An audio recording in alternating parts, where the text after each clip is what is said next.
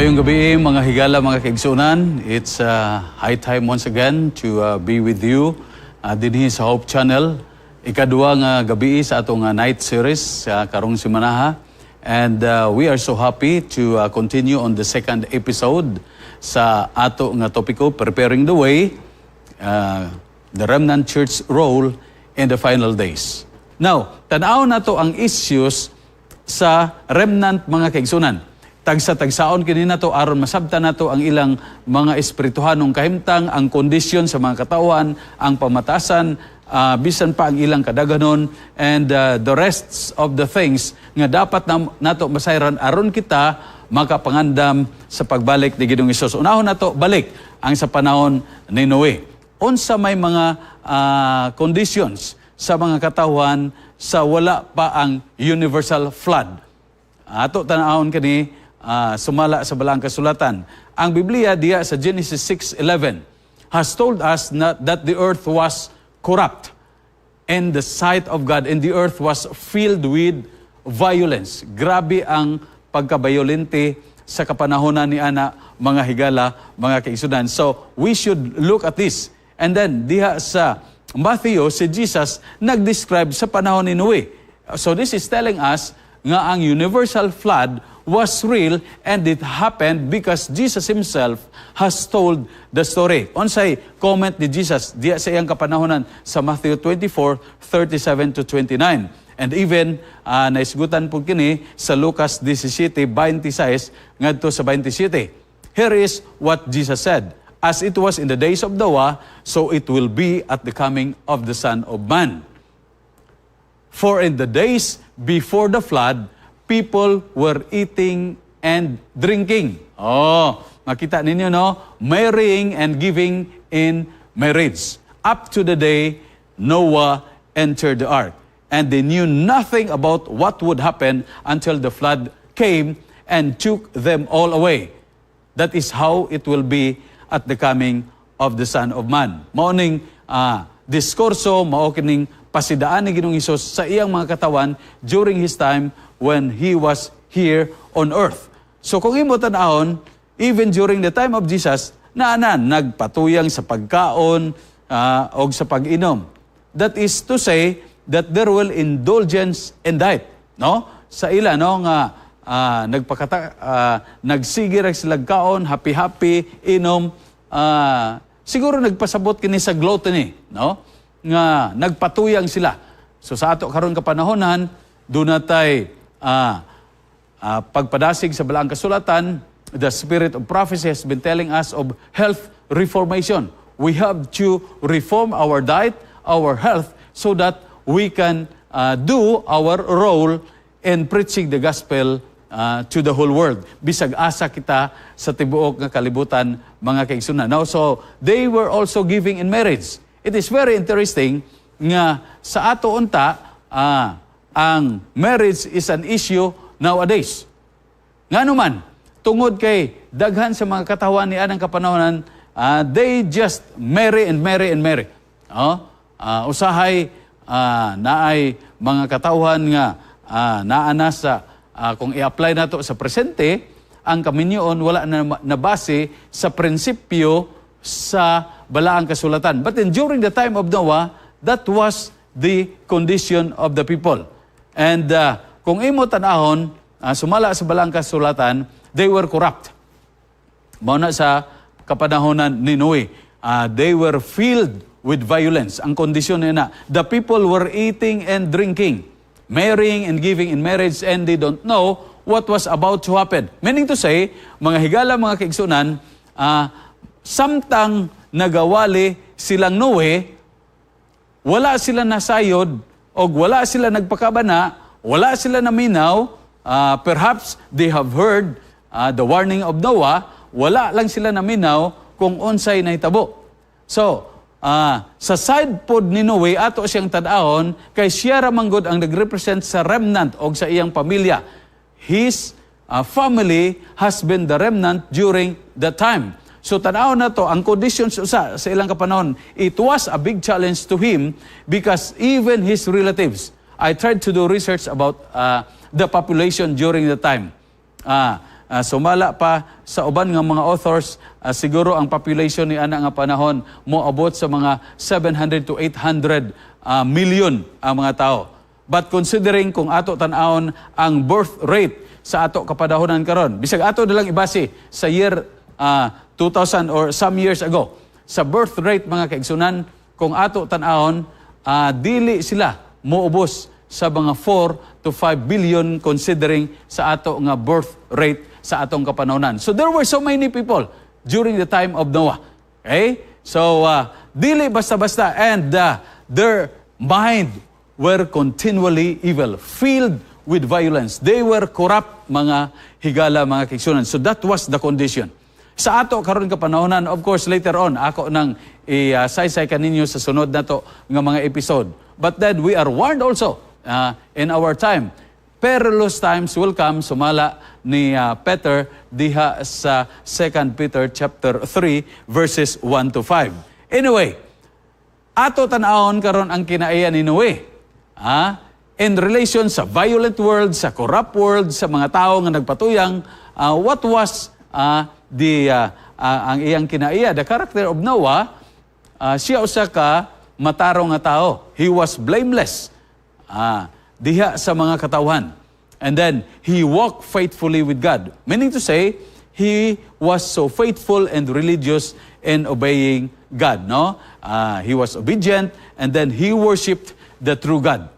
Nagasimba siya sa tinuod gayod nga Dios. Kinsa ang iyang nga Dios? Si Dios, ang Dios niya, usara mga kaigsunan, gitawag nato nga Ginoo, gitawag diha sa Hebrewanon nga si Yahweh o si Jehovah. Isa ra ang Dios niya. He worshiped that God. And then, this was what Noah ang iyang gibuhat sa iyang kapanahonan. He warned the people of the coming judgment of God. Kay gi-instructionan sa Ginoo, paghimo og arka, dayon sultiya ang mga katawan. He was preaching to the people, warning them for 120 years. Imagine that, 120 years. Sa ato kapanahonan karon dili na kita makahimo niya na. Why? Ang kinabuhi sa taho naara sa 70, 80 years. Sumala sa Salmo kapitulo 90 versikulo 10 ngadto sa 12. So sa 12 diha we are told to unsa ni? Teach us, Lord, to number of our days. Gitudluan kita sa pag-ihap, sa pagnumero sa atong mga adlaw nga namang mubo rang ato kapanahonan. Ang katawhan is only 70 to 80. Sa akong study dinhi sa Misamis Oriental lang mga higala, mga kaigsunan, ang kinabuhi sa mga kababainhan diri moabot ra as of current time, moabot ra sa mga 71 years. Usahay moabot sa 73. Maunay average sa mga babae dinhi. Apan sa mga lalaki, perting mabua. Ang lalaki, masubo kita, naara sa 65, ang average. So what is happening? Why is it? It is because of indulgence in diet. Sige rag kaon, sige rag inom. Wala na schedule ang kaon. Instead nga, may schedule sa pamahaw, paniod to og panyapon, lahi na karon. And the people are so engrossed in eating. That is why it is very important to watch our health. Because ang sinugdan sa sala sa tao nagumikan sa pagkaon, mga higala, mga kaigsunan. And the Lord is telling us, si Paul, naghatag ka nato og talambagan, whether therefore you eat or drink or whatsoever things you do all to the glory of God. Sa atong pagkaon, sa atong pag-inom, sa mga gingbuhaton nato, let us glorify the Lord. Kinibang akong mga kaunon, makahatag kani og kahimsog sa panglawas diha kanato. Will I glorify God if I eat such food? If I drink such thing? Mauna siya mga higala, mga kaigsunan. Try to think about that. So, Noah, si Noe, pasidan-an niya ang kalibutan. Mga katawan, musakay ka mo sa arka, kay gipahimo ko sa Ginoo, aron kita dili mga lumos og mga matay panahon sa paghukom sa Ginoo, kay ang Ginoo magpaulad sa kalibutan, magalunop og dili na kamo mabuhi kay mga lumos man kamo. But then, ang mga tao, nagpahiyom bara kaniya. They just, unsay tawag ani, wala lang nila tinuod mga higala, mga kaigsunan. And so later on, as we trace the characteristics of these people, diha sa kondisyon sa mga katawan, sa diha nang anaan na ang sa Israel, mga kaigsunan, tanaw na to. Sa wala pa og hari ang Israel, when they settled in Canaan, sa Derina, diya sa Judges 20:25, the Bible is so very clear. Every man did that which was right in his own eyes. Meaning to say, sumala lang na ako kung kini maayo sa akong pagsabot, sa akong ginhawa, maayo kini sumala sa ako nga panghuna-una, I will do this. Mao kada nga ang Ginoo naghatag og 10 commandments. Naghatag siya og moral law. Naghatag siya og dietary law. Naghatag siya og mga balaod nga kung sundon sa tao, ang tao magmalipayon, mga higala, mga kaigsunan. But then, let us try to look at the conditions. Ang mga issues niya na. Number 2 ang issue, diri na sa panahon sa Israel. Gikan sa kang Saul, paingon, first king, paingon gayud ni King Hosea, ang last king sa Israel, mga kaigsunan, because Israel has been a part sa ato nga ginatun-an, and then there were remnants of them. May mga nangabilin nga nagmatinud-anon diya sa Ginoo. Unsa may mga kondisyones sa mga katawan sa kapanahonan sa Israel. Of course, mag-ingon tag Israel, gikan sa kang hari Saul, paingon sa kang David, paingon sa kang Solomon, there were a unified kingdom. Usa pa sila. But then, pagka matay ni Solomon, nagpuli ang iyang anak, sa diha nga nagpuli na si Rehoboam, there was a question nga naghangyo ang 10 tribes, ang napulo ka tribo, mga higala, mga kaigsunan, nga naghangyo sila nga pamubaan ang buwis. Okay? But then, instead of listening to them, wala, iyang gi-istriktuhan, mga kaigsunan. So what happened? The kingdom was divided. Ang 10 tribes, they resulted to have the kingdom of Israel, and then ang nabilin nga duha ka tribo, ang tribo ni Judah o ang tribo ni Benjamin, they composed the southern kingdom, which is the kingdom of Judah. So, dinhi mga kaigsunan, natunga ang Israel. How about ang ilang spiritual conditions during this time? Ato ni siya tan-awon, mga kaigsunan. Generally, sa pagtanaw nato in our review of the Bible, daghan og mga issues, mga higala, mga kaigsunan. But then, I will cite only 7 big issues sa ilang kapanonan. Number 1, there was the issue of spiritual disobedience to God. Espirituanon and literally, they disobeyed the Lord kay wala na sila nagtuman sa pulong sa Ginoo. Wala na nila gituman ang sugo sa Diyos. Usa sa mga sugo sa Diyos, sa 10 Commandments, you shall have no other gods before me. Mauning pinakadako gayud dayon nga sala sa Israel ang idolatry. Sunod ni ana, karon, grabe ang idolatry. We will talk about that. Samtang nagapadayon kita niining atong series. Then, there was religious ritualism. No? Nahimo ng ang ritual, mga kaigsunan, nahimo na ang kanang ginatawag formality, na hitabo na nga ang pagsimba nila dili na uyon sa kabubuton sa Dios. They approached God clothed in their economic abuses. The priests were corrupt. There were polluted offerings.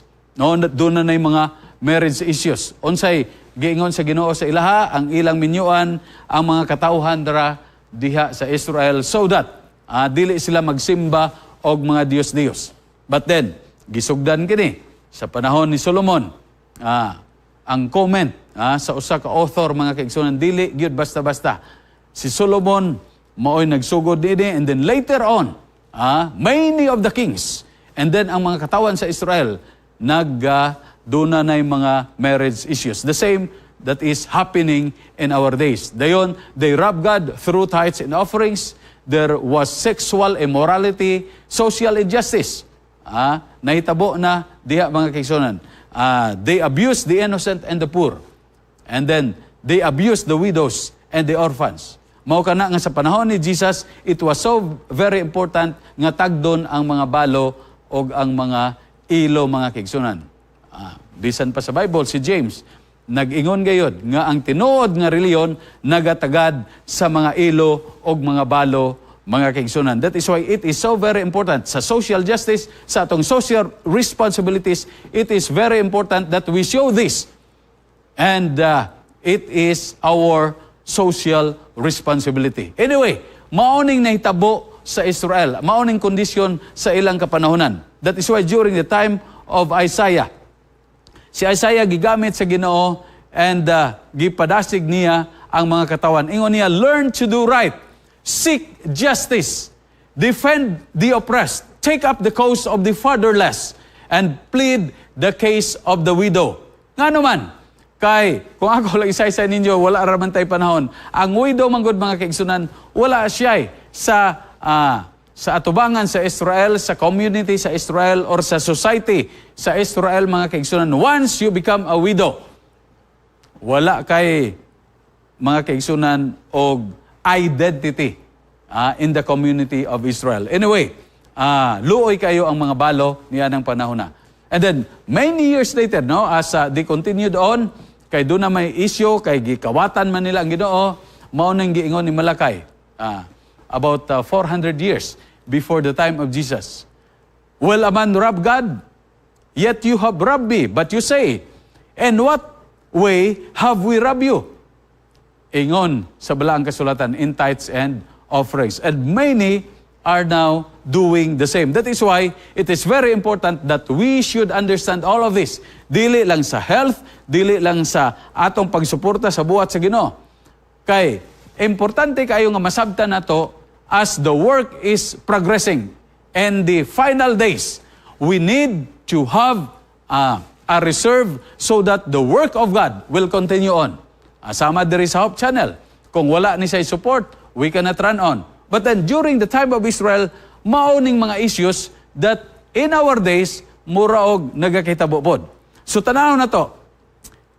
In every period of history, in salvation history, sa mga katawhan sa Ginoo, kay Israel, kagahapon ako gipresent ninyo, giangkon siya nga una siyang kamagulangan nga anak sa Dios. And the Lord has chose Israel as His special people. So that nga sila ang mo representar sa Ginoo nga makaila ang mga katawan sa tibuok kalibutan sa Diyos sa Israel nga siya maoy gamhanan, maluluyon, nagahigugma sa tanan. So in every period of history, God has a remnant that would stand and work for the reformation of His people and the restorer of His truth. Ingon pa ni Jesus sa iyang kapanahonan, I am the way, the truth, and the life. No one comes to the Father except through me. Niyan ang kapanahonan. So wala pa si Jesus. There were people nga iyang gigamit mga kaigsunan. So ato na siyang tanawon tagsa-tagsa. But let's try to have a little review para makita nato ang kalala sa sala sa Israel sa ilang spiritual issues mga kaigsunan. During the time of King Ahab of Israel, unsay dako nga isyu sa iyang kapanahonan? Idolatry. Sa diha nga, wala na sila nagtuman sa sugo sa Ginoo, nagsulod na ang pagsimba sa mga Diyos-Diyos. Kung inyo tanawon, hilabihan kadagan. For example, ang usa sa mga reformer sa Ginoo o ang restorer niya nga nagbarog sa kamatuoran, si Prophet Elijah. Si Prophet Elijah, ako nang gisaysay ninyo kagahapon, during his time, he was challenged by King Ahab, usa ka hari nga naghimo sa Israel sa pagsimba sa mga Diyos-Diyos, ang Diyos-Diyos sa iyang asawa. Nga usa ka babae nga nagasimba og Diyos-Diyos mga kaigsunan. But then, he was told that there were 7,000 that did not worship Baal. Diya sa 1 Kings 19:18. Ato na siya, tanawon mga kaigsunan, no? Basahon na to ang giingon sa balaang kasulatan. No? Kung unsa ang sala gayod ni Ahab. Sumala sa 1 Kings 16:30 and above, the Bible says, "Now Ahab the son of Omri did evil in the sight of the Lord." Naghimo siya dautan at tubangan sa mata sa Diyos, mga kaigsunan. More than all who were before him. Sa ato pa, siya'y labaw nga hilabian kadautan ang gihimo kaysa nauna niya nga mga hari sa Israel. And it came to pass, as though it had been a trivial thing for him to walk in the sins of Jeroboam. Kani si Jeroboam, mauning bungkag sa Israel, mga kaigsunan, that he took as wife Jezebel, the daughter of Ithbaal, king of the Sidonians. Kining mga Sidonians, mga kaigsunan, mauning nagasimba og mga Diyos. No? And he went and served Baal and worshipped him. So ingon sa napulo kasugo, you shall not worship any other God. You shall have no other gods before me. As king of Israel, he was representing the people before God. Pero unsay iyang gihimo? The same with us today. Ang ato nga mga pamilya, ang ato nga mga family, aduna sila'y head of the family, ang mga amahan, maunay nagarepresentar sa iyang pamilya at tubangan sa Ginoo. But we should worship God in spirit and in truth. But then, unsay isyo sa panahon ni Hari Ahab sa Israel, nagsimba siya mga Diyos-Diyos. Nahimo siyang idolater. Nagsimba na siya, dili na sa Diyos sa langit, pero sa Diyos-Diyos na nga gihimo na sa kamot sa tao. Dunay si Sister White, usa ka inspired nga writer. Sa iyang libro nga The Prophets and Kings, ako kining gibasa, naghatag siya og observation. And this is what she wrote. May tungod sa kang Ahab. Under the blighting influence of Ahab's rule, Israel wandered far from the living God and corrupted their ways before him. For many years, they had been losing their sense of reverence and godly fear. And now, it seemed as if there were none who dared expose their lives by openly standing forth in opposition to the prevailing blasphemy. Dili basta-basta nga pagkasulti ni ini mga kaigsunan. They corrupted their ways before the Lord. Usahay, maunang nagakitabo diri sa tuwa. Further, ingon ni Sister White, the dark shadow of apostasy covered the whole land. Una-unaan na ninyo. Ang kangit-git sa iyang landong sa pag-backslide o apostasiya nagtabon sa tibuok nga kayutaan. Naitabo po di siya, and we are going to study that nga adunay dark ages in the time of the history of the Christian church. We will talk that over sa sunod na to nga mga episode. I'm going to talk about that because this is very important. Kung naitabo kini panahon sa Israel, this is prophesied nga mahitabo kini sa kapanahonan pod sa Christianity. Unsay naitabo? Images of Balaam, daghan nga mga Diyos-Diyos nga si Baal, and Ashtoreth were everywhere to be seen.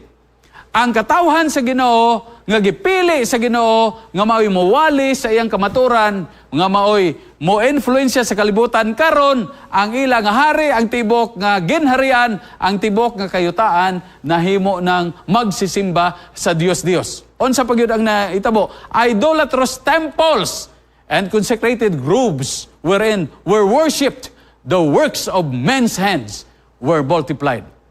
Naana sa napulo kasugo, you shall not make any graven images. Ato po nang isgutan dito sa unahan because this will be the challenge of the remnant church. Mauning dako kaayo nga hagit diha sa salin nga iglesia sa nagakahingapos nga panahon. And we should know about that. Ang ato nga papel sa ulahing kapanahonan. That is why we will prepare the way for other people that they will know the truth, for the truth will set them free and they will accept Jesus as their Lord and Savior. Panahon ni Elijah, sa diha nga gi-challenge siya ni Baal, mauni nga iyang huna-una siya na lang nabilin. But there were 7,000 people nga wala nagyukbo, ingon sa Biblia. But I have preserved those who remain in Israel, totaling 7,000. All those whose knees haven't bowed down to Baal and whose mouth haven't kissed him. So wala sila nag-backslide, mga kaigsunan. Wala sila na hadlok sa pag-alagad sa Ginoo. Nagpabilin sila nga matinud-anon. So try to imagine the population during the time.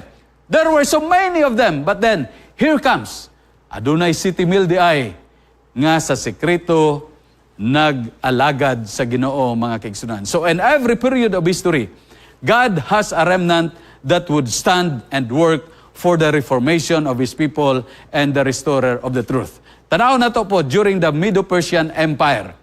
Unsay nitabo, there was that governor, si Zerubbabel, governor of Judah. Kauban niya si Josue, ang labaw nga pari sa Israel during the time. And then si Hagio, ang propeta, that during their time, they made a reformation. Of course, masabta na to nga sa balaang kasulatan, mao kining gisulti ni Prophet Haggai.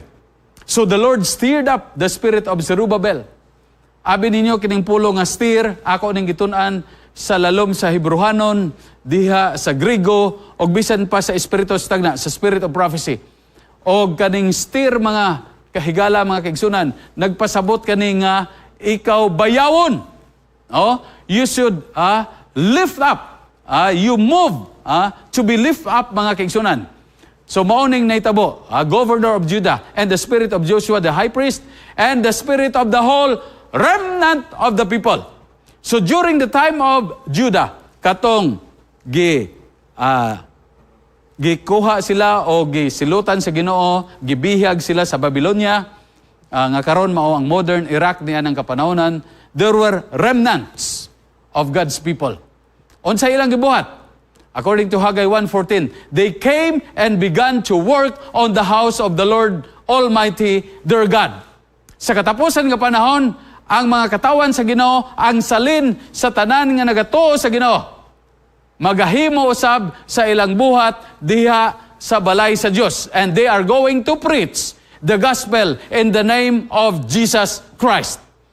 Kaya nag-ingon si Ginoong Hesus sa iyang kapanahonan, ang magtuo o magpabautismo baluwas. We are going to talk about that sa ato nga series dinhi, mga kaigsunan. So, naapod ang katapusan diri sa Christian era. Gusto na ako nga masabtan kini ninyo. Kay sa panahon sa Israel, as we go back, mga kaigsunan, sa panahon sa Israel, kung imo tan-awon ang ilang gibuhat, no, as we look for that, katong remnant nga nagbuhat sila. Later on, of course, naa silang Nehemiah. Gitiwas nila mga higala, mga kaigsunan, no? And then, the whole remnant began to rebuild the wall of Jerusalem. Sa panahon ni Isaiah, doon na tagna nga gihimo ang Ginoo. Many years before that happened. Nga ingon niya, buhaton sa Ginoo nga mahimo ang Israel nga mga restorer sa breach nga ditabo or sa temple diha, and they will become a repairer of the highways, repairer sa mga dalan. Mao kana higala, mga kaigsunan, we here as God's people, as our topic is telling us, we are preparing the way. Ato andamon ang dalan, mga kaigsunan, so that the people of the world will know that Jesus is coming soon. Nga sa pagkakaroon, adunay paghukom. We are going to study that and cover that in our series. No? So sa ikatulo, during the Christian era, of course, this is ang forerunner ni Jesus, mao si John the Baptist. And please remember that for 400 years, walay propeta ang Israel. The last prophet nga gi-record in the Old Testament times was Malakay. Og si Malakias, mga kaigsunan, hangyo niya ang Israel. Gihangyo niya ang tibuok katawan sa Judah to return to God. Kay ang pagsimba sa Ginoo na hugawan na gayod pag-ayo. So unsa may issue sa panahon ni John the Baptist? Of course, ang corruption sa mga tao, ang pagkamakasasala sa tao. Unsay mensahe nga gidala ni John the Baptist? Repentance of sin. Diya sa John 1:29, nagkanayon siya, behold, the Lamb of God who takes away the sin of the world. Repent, for the kingdom of God is at hand. Sumala pa niya. And you shall try to look at the Lamb of God. Nga naman, kinsa man ni ang Lamb of God? Of course, sa panahon ni Jesus, ang issue was the corrupted religious practices. Ang sistema, mga kaigsunan, nausab na. Ang mga kaparian na corrupted na. Of course, there were the group of the Pharisees, the Sadducees, niya ang mga scribes, and many other small groups. Niya ang kapanahonan, as far as the worship in Israel was concerned, it was corrupted. Nga naman, there were polluted offerings na. Usa ka panahon niya na, samtang si Jesus nag-adto dito sa templo, nakita niya nga daghan ang mga nagbaligya dito. So unsay gihimo ni Ginoong Hesus? Gipang balintuwad niya ang mga tapangko nga ginapatungan sa mga baligya dito, ang mga mananap nga ginabaligya dito, inay nga mga the best nga mga mananap that is representing Christ. Kay mao man ay ihalad an animal without blemish nga walay kadautan nining mananap. Ang gibaligya dito sa templo nga gitugutan sa mga kaparian dito, mga masakiton nga mga mananap. That is why the offerings became corrupted before the Lord. And Jesus was not happy about it. Mao kana nga gipangbalintuwad niya ang mga lamisa dito, ang mga tapangko dito. That is to show His disapproval and also His sadness about the thing. Wala gayud malipay si Ginoong Hesus. Because during His time, it was so corrupted. Ang mga tao naghimo na og daghan nga mga pagtulunan diha sa ilang gisulat.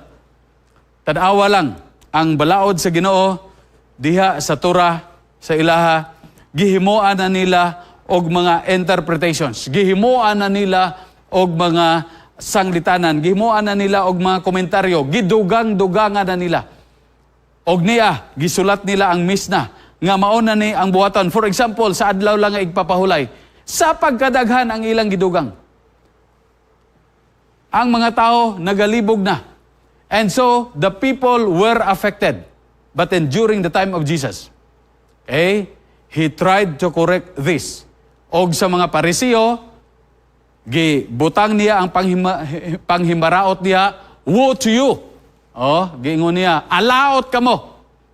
Makita kaninyo sa Matthew chapter 23. Kung giunsa ni Ginoong Hesus, pagbadlong ang mga kaparian sa iyang kapanahonan who were supposed to represent Him, represent God. Kaya ang mga pagsimba unta sa Ginoo, gipunting kini o nagsimbolo kini sa umalabot niyang kamatayon.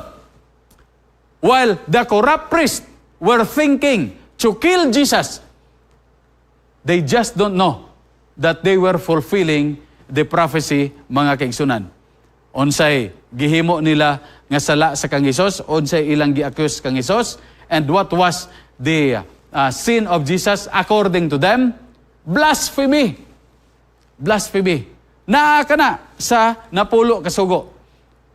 Ingon sa Ginoo, dili nimo gamiton ang ngalan sa Dios diha sa pasipala.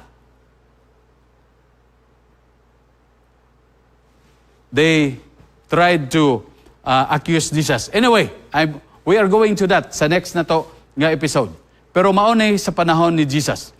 Unsay mensahe diha ni John, repent, no? I'm sorry sa gikuan nato diha nga giportray, no? Pero dinhi si Ginoong Hesus nag-ingon pod diha sa mga katawan sa Israel.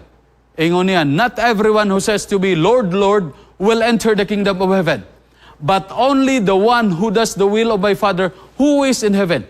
So, dili ang tanan nga nagaingon ka nako, Ginoo, Ginoo, makasulod sa ginharian sa langit. Sila lang nga nagabantay, nga nagatuman sa kabubuton sa akong amahan nga tuwa sa langit. Unsa man ang kabubuton sa Dios? Of course, ang iyang kabubuton mao ang iya nga sugo, mga kaigsunan. And this has been explained by King David, by the prophets of the old, nga ang kabubuton sa Ginoo naa sa iyang kasuguan.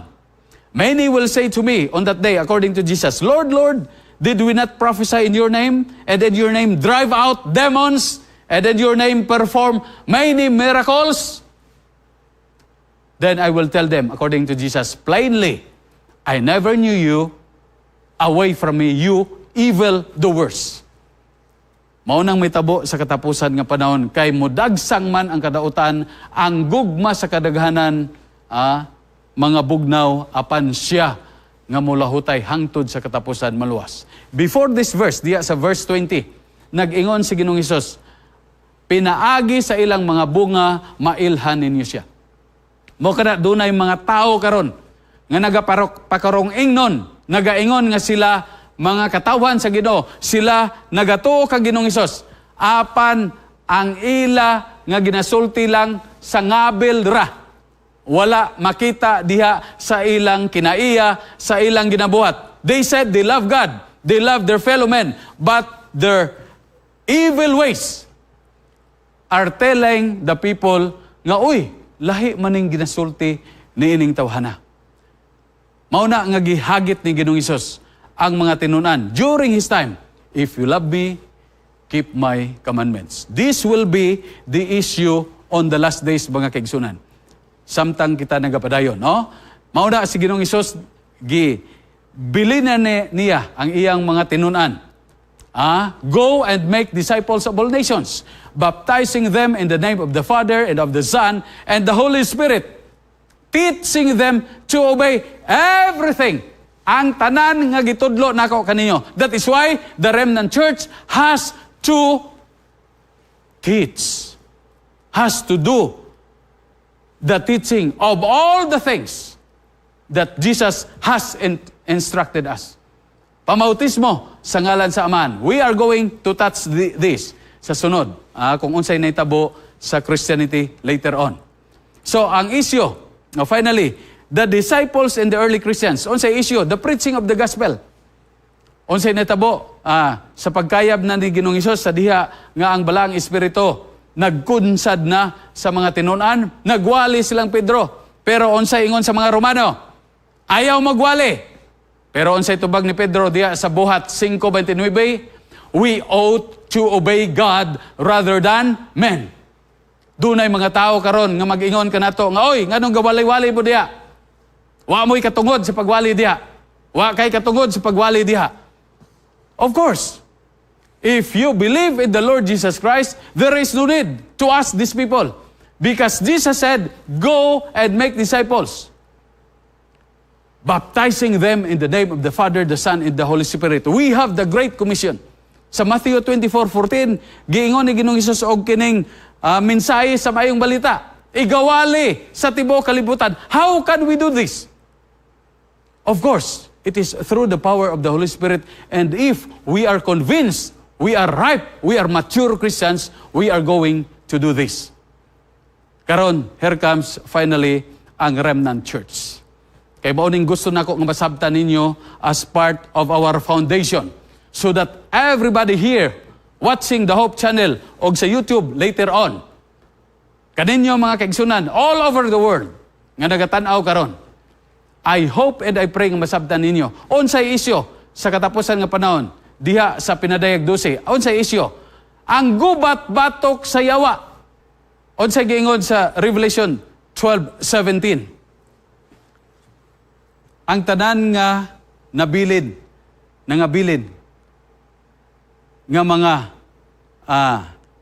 binhi sa babae, the remnant of her seed. They keep the commandments of God and the faith of Jesus. Of course, before that description of Jesus, there was war in heaven. Pila ang nalimbungan sa mga manlulunda. Sa verse 4, 1/3 of the population in heaven. Mao kana nga kita, dako ang puruhan sa diha nga ang mga katawan sa Ginoo, mga luwas, we will be like angels in heaven. Kay usa ka panahon ni ana, naay nangutana sa kang Ginoong Hesus. Kay may isyu diha sa kabinyoon, sa diha nga nabalo ang usa ka babae gibinyuan sa ikaduha, sa ikatulo, hangtod sa ikapito. Karon ingon sa mga Saduceo kang Ginoong Hesus nga wala nagatuo sa pagkabanhaw. Kinsa may maminyuan ini kay nangaluwas man silang tanan. Ingon ni Ginoong Hesus, wala kamo nasayod sa gahom sa Dios. Nga ang tanan mga luwas will be like angels in heaven. Of course, 1/3 of the population of heaven were deceived by Satan, that dragon, sa verse 9, that old serpent, the deceiver of this world. Si Lucifer, nahimo siyang Satanas, mga kaigsunan. And now, he is making war with the remnant of her seed. Ato na tan-awon, mga kaigsunan.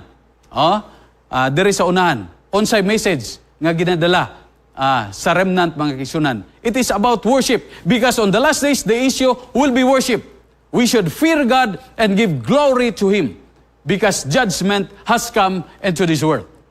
So, una sa tanan, sa diha kaganina sa ato sa takda sa pagtuon, kamong nagasunod, gisaysay diha nga dunay sanctuaryo didto sa langit. Because before, sa Millerite movement, they were expecting that Christ was coming in 1844. But Jesus did not come. The computation was correct, but the interpretation was wrong. Kaya ang tinuod di ay, sa ilang interpretation, ilang hunauna nga si Ginoong Hesus mo anhin na sa yuta, but then Jesus did not come, because the right interpretation, according to the pattern of the earthly sanctuary, the most holy place nga dapit sudlan sa labing labaw nga pari. So, the high priest went into the most holy place. The same with the work of Jesus. And he started the judgment. Mao kana, humani adto sa wala niya pag-anhi, there was a great disappointment. Nasabtan sa mga Millerite, sa mga Adventista later on nga mga katawan. The people of God, they understood what was the meaning of it. And they understood also nga sa tagna nag-ingon ang Ginoo, you shall prophesy again before many peoples and nations and tongues and kings. Mao kana nga adunay movement, adunay kalihukan sa tibuok kalibutan nga nagawali sa tanan nga dapit sa tibuok kalibutan. And I tell you, sa tanan nga grupo sa Christianity, there is no one just like this church nga iyang gimantala ang maayong balita sa tibuok kalibutan, because they believe on this prophecy, because they are a prophetic church. So dinhi ato review ang giingon nganong adunay gubat sa yawa. Sumala sa Revelation 12:17. And the dragon, kinsa ning dragon, mao ning yawa, mga kigsunan, si Satanas was wrought with a woman. Nasuko siya sa babae. Kinsa ang babae? The woman here is symbolizing the pure church. And went war with the remnant of her seed. Katong nangabilin sa iya nga binhi, sila nga nagabantay sa sugo sa Dios o nagahupot sa panghimatuod ni Hesukristo. That is what the Bible says. Og unsa man ang panghimatuod ni Kristo, sumala sa 19:10, ingon niya, the testimony of Jesus is the spirit of prophecy. Unsay ingon sa text, we are going to read that. And I fell at his feet to worship, and he said unto me, thou do it not. I am thy fellow servant, and of the brethren that have the testimony of Jesus. Ato po dito tunan dito sa unahan nato nga episode. Kay daghan sa mga pagtulunan karon nga ang tao, ang mga lidilok, nga gihimo na sa tao, ang mga larawan, ila na pasimbahan, mga kaigsunan. We are going to do that. Because ang Israel failed because they do idolatry. Okay? And lastly, ang karakteristik sa remnant mga kaigsunan. Ato i-remind sa matag usa, they keep the commandments of God and they have the testimony of Jesus Christ. Ato po di isay-say diya kaninyo tan-aw na to tagsa-tagsa sa sunod na to nga episode unsa kining commandments of God. Tagsa-tagsaon gayud na to so that we are going to qualify which of the Christian group, which of the religion in the whole world nagatuman kang Ginoong Hesus. That they believe on Jesus and they love Jesus because Jesus said, if you love me, keep my commandments. The testimony of Jesus is the spirit of prophecy. We are going to study that. So finally, in conclusion, let me share with you samtang ato kining tan-awon. Kinsa man ang mga salin. Who are the remnant? The remnant are a portion of people left after a disaster, especially a disaster identified with divine judgment. They are those who remain faithful to God despite suffering and religious persecution. We will study that sa sunod nga mga episode kung unsa kini nga mga butang ang disaster nga nito po. They are firm and faithful to God. Taliwala sa hulga sa kinabuhi. And they have the last day truth. Katapusan ng mga adlaw nga kamatuoran. Sa pagkakaroon ang kamatuoran, ginadibatihan. But then it is only Jesus who have the truth. For He said in John 14:6, I am the way, the truth, and the life. Nobody comes to the Father except through me. And then He said, you shall know the truth, and the truth shall set you free. And finally, ang mensahe sa remnant mga kaigsunan is a message of hope. Amen? It is a message of hope. Mensahe kini sa paglaom nga taliwala sa kaguliyang sa kalibutan. There is hope. And that is our message for tonight. There is always hope in Jesus that will prepare a people for heaven. The remnant people of God are preparing a people who will meet Jesus in the clouds of heaven. And when He comes, I hope that you and I will be there together with our family. O kitang tanan mga higala, mga kigsunan, makigkuyog na kang Ginoong Hesus sa wala na'y katapusan. May God bless us as we close this episode tonight. Let us pray. Amahan nga balaan, tag-iya sa among hulam nga mga kinabuhi. Nagapasalamat kami diha kanimo sa gahom sa balang espiritu. Nga ang matag-usa kanamo nakapaminaw, nakasabot sa issues, sa remnant, sa salin nga iglesia. Gikan pa sa panahon ni Noe, sa panahon sa Israel, sa panahon sa ginharian, sa Israel o sa Huda, o bisan pa sa panahon ni Ginoong Hesus o sa early Christian Church. Panalangin ni ang nagasunod niini nga series, niini nga programa matag gabi. Ihatag kanila ang kaalam nga langiton nga ilang masabtan ang mga pulong nga among igahatod diha kanila. Ablihi ang among panghuna-una, tabangi ang matag panimalay, o pasabda kami sa imong kabubuton. Salamat sa imong pagtubag, ang tanan amo pagadawaton sa ngalan ni Ginoong Hesus, ang among bugtong nga manluluwas. Amen.